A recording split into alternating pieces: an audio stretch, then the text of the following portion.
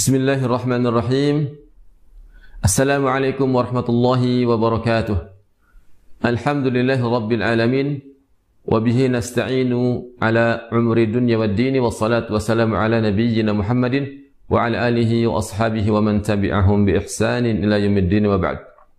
Pemirsa MPM TV dimanapun Anda berada, masih kita lanjutkan pembahasan seputar makharijul huruf, yaitu tempat-tempat keluarnya huruf-huruf hijaiyah, yaitu huruf-huruf yang mana seorang muslim ketika hendak tilawah harus mengetahui di mana letak keluarnya huruf-huruf tersebut agar tidak terjadi lahan atau kesalahan atau kekeliruan, baik lahan jali maupun lahan khafi, yaitu lahan jali, lahan kesalahan yang besar yang merubah makna, yaitu kesalahan yang fatal, ataupun lahan khafi, yaitu kesalahan yang kecil, kesalahan tipis. Insyaallah ta'ala kali ini kita akan membahas makharijul huruf, yaitu tempat keluarnya huruf. Ada 3 huruf, yaitu huruf dha, kemudian huruf dzal, kemudian huruf tha, yaitu dari punggung ujung lidah menempel di 2 gigi seri atas. Hurufnya adalah dha, kemudian dzal, kemudian tha. Keluar dari punggung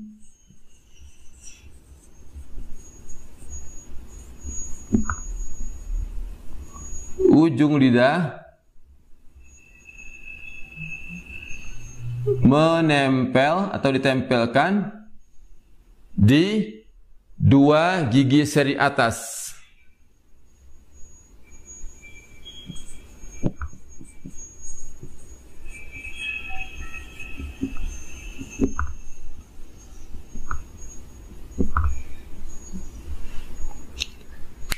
Perhatikan, punggung ujung lidah kita tempelkan di kedua gigi seri yang atas kita.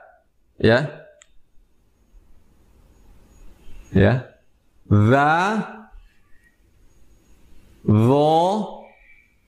tha.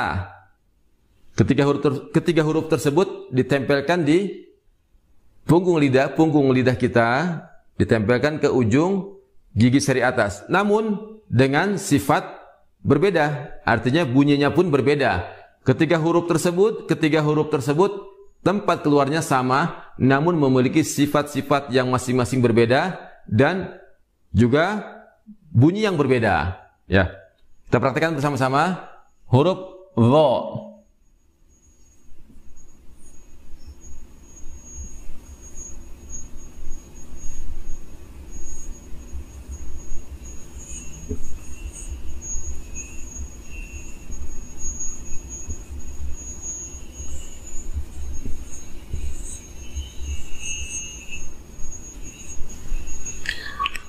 Huruf dha mempunyai sifat yang tebal, terangkat, isti'la, ya. Tebal, berbeda dengan huruf dzal dan tha. Perhatikan. Dengan cara menaikkan pangkal lidah kita yang belakang, ya. Au, iu, perhatikan. Au, iu, alwa, ilwi, uwu. Kemudian huruf berikutnya huruf dzal. Huruf dzal pun demikian, sama dengan huruf dha, ya. Secara makharijul huruf tempat keluarnya sama dengan huruf dha. Namun tentunya berbeda ketika dibunyikan, karena perbedaan sifat antara huruf dha dengan huruf dzal tersebut. Huruf dha itu huruf yang isti'la, yaitu huruf yang tebal, sedangkan huruf dzal huruf yang tipis atau istifal, turunnya pangkal lidah kita sehingga mengakibatkan huruf zal tersebut dibaca tipis, berbeda dengan huruf dha yang naik pangkal lidah kita sehingga tebal terdengarnya. Mari sama-sama kita praktekkan membaca huruf zal. Al, il, u, afwan, huruf zal. Perbedaannya sangat tipis. Artinya semua sifat hampir dimiliki oleh kedua huruf tersebut, dha dan zal. Hanya sifat isti'la dan istifal saja. Dha isti'la terangkat yaitu tebal, sedangkan huruf zal istifal turun. Apanya yang turun dan terangkat?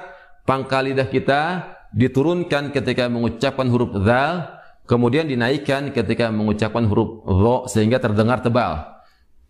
Al, il, huruf zal kita turunkan pangkal lidah kita. Al, il, al, huruf dha. Il, huruf zal.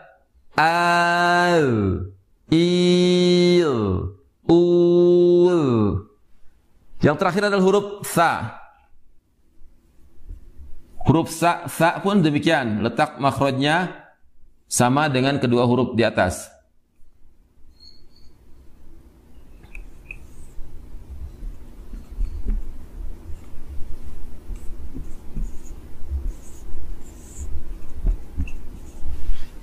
Kita praktekkan membaca huruf sa. As, is, ya. Huruf sa, huruf yang rendah atau turun atau istifal, menurunkan pangkal lidah kita. As, is, ya. Demikian pembahasan kali ini mengenai makhraj huruf yang terdapat di lidah, yaitu tepatnya di punggung lidah kita, ya, ujung lidah kita, punggung ujung lidah, kita tempelkan di dua gigi seri atas kita. Ya, ada sedikit keluar sedikit, kita tempelkan dan keluarkan sedikit. Dha, huruf dha, zal, kemudian huruf sa, ya. Semoga bisa dipraktekkan di rumah dan dilatih terus bagaimana cara mengucapkan ketiga huruf ini dengan tepat, ya, sehingga ketika kita mengucapkan atau membaca atau bertilawah, membaca Al-Quran sangat mudah, yaitu karena sering dilatih terus, ya, karena biasa. Seorang muslim ketika dibiasakan untuk terus berlatih mengucapkan makhraj huruf, untuk melatih agar bisa membaca Al-Quran dengan baik dan benar, Allah pun akan memudahkan. Yaitu barang siapa yang bersungguh-sungguh, maka kalau Allah memudahkannya. Man jadda wajad, barang siapa yang bersungguh-sungguh akan dia dapati, dia akan sukses. Demikian pembahasan kali ini, insyaallah ta'ala kita lanjutkan di pembahasan setelahnya insyaallah ta'ala. Sampai ketemu di pekan yang akan datang. Subhanakallahumma wa bihamdika asyhadu an la ilaha illa anta astaghfiruka wa atubu ilaik. Wassalamualaikum warahmatullahi wabarakatuh.